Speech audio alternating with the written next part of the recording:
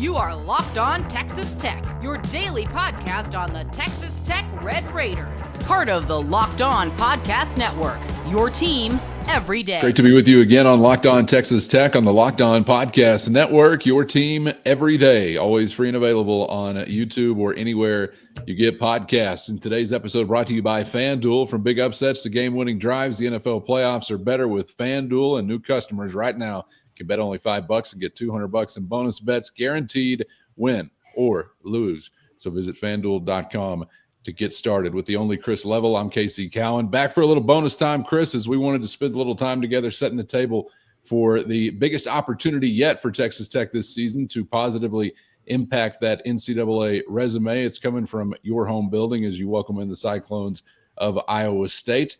And when you left your building, I'm not sure that you felt like we're all that certain that you'd be returning with so much momentum in your corner. But Tech's coming back with this huge challenge, but with a little wind in their sails after a successful 2 games in Utah.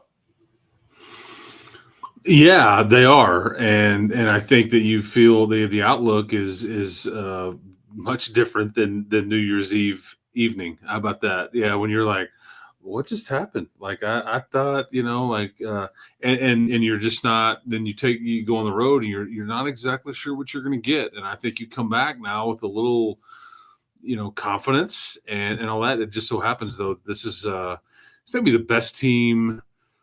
I don't know if it's going to be the best, but it's going to be one of the best teams you play all year. Period. This is an Iowa State team that is large in part mostly the second place team in the Big 12 conference from last year that won 29 games, which was the second most in their program's history.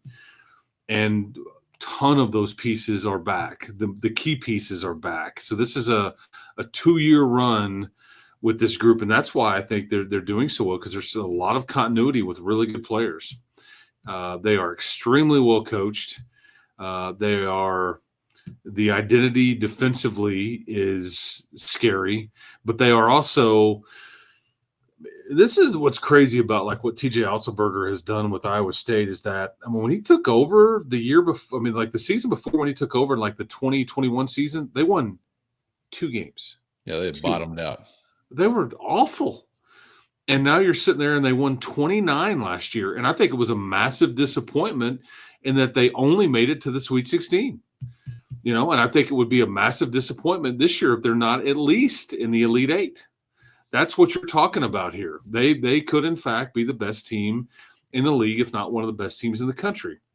It doesn't mean that you can't beat them. Doesn't mean that you won't hand it to them. Doesn't mean that they won't hand it to you on Saturday at the arena. There's some depth. They probably have the 6th man of the year coming off the bench as their leading scorer, averaging over 16 a game. You have guys that understand their role, and I think you're kind of in the midst of that right now. Although we're sitting here talking about, okay, JT, what's wrong? Hey, Elijah, holy cow! So there's still some of those things. There's still, Kerwin Walton, are you going to join the party? Or are you kind of in it? Or are you kind of in a slump? Or what's going on here? And I think Iowa State has a lot of pieces like you would hope to have that are just even keel and just produce and are very consistent. This is going to be a doozy at the arena on Saturday. It is going to be all you can take, but you don't have to play a perfect game. But I have a lot of respect for what Iowa State's doing right now. It's the only team in the country, I think, that is top 10 with what they're doing on offense and defensively, analytically, with what the KenPom folks say. That is extremely rare air. I think you're 6th in one and 9th in the other. Because that factors in all those little things, and it spits it out in a mathematical formula, and it's hard to trick that analytics-based ranking usually. And this is why you're so well thought of in the net and all that, because you're checking so many boxes with what you do on offense that the computers love you. And it's because your assist to turnover and you shoot it at such a high percentage and all those things. That's where it all shows up. But Iowa State, they're right there in the analytics party with you.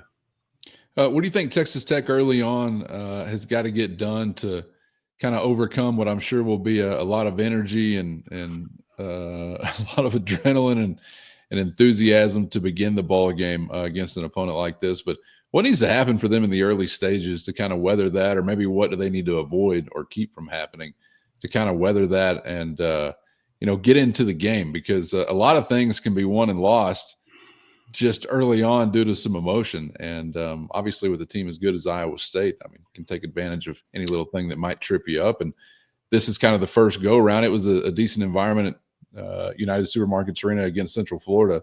But for some of these guys will be kind of the first go around with that type of energy in the building in Big 12 play. I don't need decent against Iowa State as far as the environment goes. I need crazy ass raucous United Supermarkets Arena at its absolute best. That may be what it takes, and these kids will need it certainly.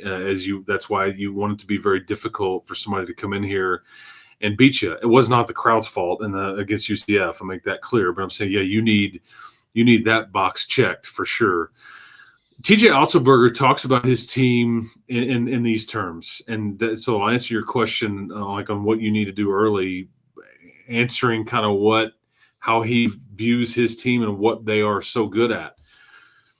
They value, he talks about how you do anything is how you do everything. He talks a lot about, we don't want to be like, we don't want to focus on, be result oriented. It's about how we're trying to do these things all the time. But what he looks in the stat sheet, how he knows his team, because a couple of weeks ago he was asked a question about, man, you're shooting a lot lower or shooting and making a lot less threes than previously, but you're also making a lot more free throws per game, than previously. What is the reason for this?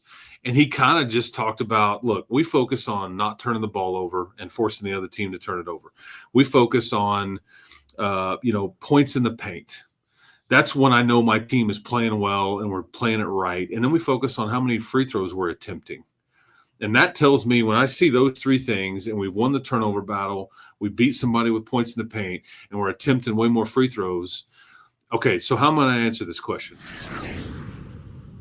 First, today's episode brought to you by Rocket Money. And if you're lost in the subscription whirlwind, listen up. If you're like me, you've had a few subscriptions you didn't even realize you were still paying on. And that's where Rocket Money comes in, making it so easy to track them all down. It's like having a personal assistant for your finances. Rocket Money is a personal finance app that helps find and cancel unwanted subscriptions, monitors your spending, and even helps lower your bills so you can grow your savings. Brings everything together in one place, whether it's subscriptions, your spending habits, or even the goals you want to hit in 2025. Rocket Money has over 5 million users and has saved a total of $500 million in canceled subscriptions, saving members up to $740 a year when using all of the app's premium features. For me, the subscription tracker is a must-have. Cancel services you're not using anymore and save a ton. Cancel your unwanted subscriptions and reach your financial goals faster with Rocket Money. Just go to rocketmoney.com/lockedon today. That's rocketmoney.com/lockedon. rocketmoney.com/lockedon.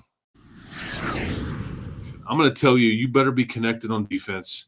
You can't have somebody miss a rotation or there's no help defense on a drive. They're going to try to hammer you on the interior of your defense. They're not an outfit that's going to rely on the three a bunch. They want to take the right threes. They're not a volume three-point shooting team. They're going to try to get downhill. And again, these are some of the things that you have struggled with. There's not some elite low post presence. They just have really good guards. They move the ball well, and they break people down off the dribble. It's not necessarily like UCF in that was more one-on-one. You need to play good team defense here. And like you would say, well, who could he take away? We got two kids that are averaging 16 a game. They're like two of the top 5 scorers in Curtis Jones and Keyshawn Gilbert. So he can only take one away or potentially try to take one away. So there's a lot of defensive assignments here that are going to be interesting. But then avoid, like somebody like JT, he's got to avoid early foul trouble. And same with Darion Williams. There's a few non-negotiables here early on. But to me, every way I would answer what you need to do to start out the game early is on the defensive end of the floor. Yeah. Because you did not did not do anything defensively early on in that game versus UCF, and it cost you. And before you got the troops rallied and figured it out and the crowd got into it, it was too late. And it was too – so that's where I think you'll see them exerting a ton of energy on the defensive end of the floor early on. That'd be a sight for sore eyes. Would love to see it, and I'm sure it would pay off in some good ways. So for Texas Tech, when you're thinking about key Red Raiders in this matchup, is it some of the old reliables? Are we going straight to Darion Williams or maybe Chance McMillan? Do we talk Hawkins or Toppin, somebody off the radar? But is there a Red Raider or a few that stand out to you that you really think have to make an impact? Yeah, I mean, I think your two big guys here and Federico and JT need to, and maybe Darion, because whether it's rim protection or rebounding, and part of this is like, okay, can Elijah keep up with what he's doing? I would hope so. I mean, it'd be great if he can. I think Chance McMillan is one of the steadiest guys that you've got, but how Darian, JT, and Federico play in this one will largely determine, and just because they want to attack you in the paint and hammer you there, but you need to be able to do the same to them, and that's where a lot of that could come from. But it's hard for me to sit here and go, because I don't know who's going to have like a good game or where the focus would be or what just may be. But I would say that group, your group with size in general. And it'd be nice if all three were part of it, because you really haven't. If you think about it, you've had two of the three and one of the three almost every time out. You really hadn't had everybody going, oh man, you played great, you played great, you played great. It's really not been the case necessarily. I do think, like a game versus Utah, I think you could say the same thing about Federico and Darion. They both played really good, but JT was in foul trouble. And I think Darion Williams, and I don't know if Federico, he was okay against BYU, and then JT was just, there wasn't a whole lot there. But, so these are fun though, man. And like from a resume standpoint, you talk about, man, if it depends on the right games that you win, if you can only win this many and, whatever, there's different 10 and 10s or different 12 and 8s, but it's about, if you get the right 10, or this is one of the right ones to get. Yeah. This will pay times 10 and factor in all the numbers and all the stuff if you get a win over Iowa State. I don't care, it's on your home floor. And this is your one shot at them. You don't make a trip to Ames. So this is it, and you need to make it count. But easier said than done. Man, can't wait to get down to it. Looking forward to it. Should be one of those classic frenzied Saturdays at the USA. And, I hope so. Hopefully it goes the right way for the good guys. So can't wait Absolutely. to find out. And we'll chop it up for better or worse on the other side. Chris, appreciate a little bonus time to get ready for Red Raiders and Cyclones, man. Enjoy the ball game, and we'll catch up on the other side. Sounds good, man. I hope to see everybody at the arena. I'm looking forward to it. This should be it's a beautiful part about being in the Big 12 Conference is you get games like this. I mean, it's legit Final Four type teams, and they're right in your backyard, and you're riding a little momentum, and these are the games that are a lot of fun. Next Saturday could potentially be the same thing, but a lot of respect for what TJ Otzelberger's doing. So hopefully if you show up and I see you, yell loud, tell the referees they don't know what they're doing unless every call goes in favor of the Red Raiders. That's Chris Level approved. But that's anyway, right. And that's when you give them a, hey, great reffing guy. Give them a little pat on the back. That's right. Appreciate you guys for being out there. As always, of course, get subscribed on YouTube or anywhere you get podcasts so you never miss an episode. For Chris, I'm Casey, and we hope to see you back for the next round on Locked On Texas Tech.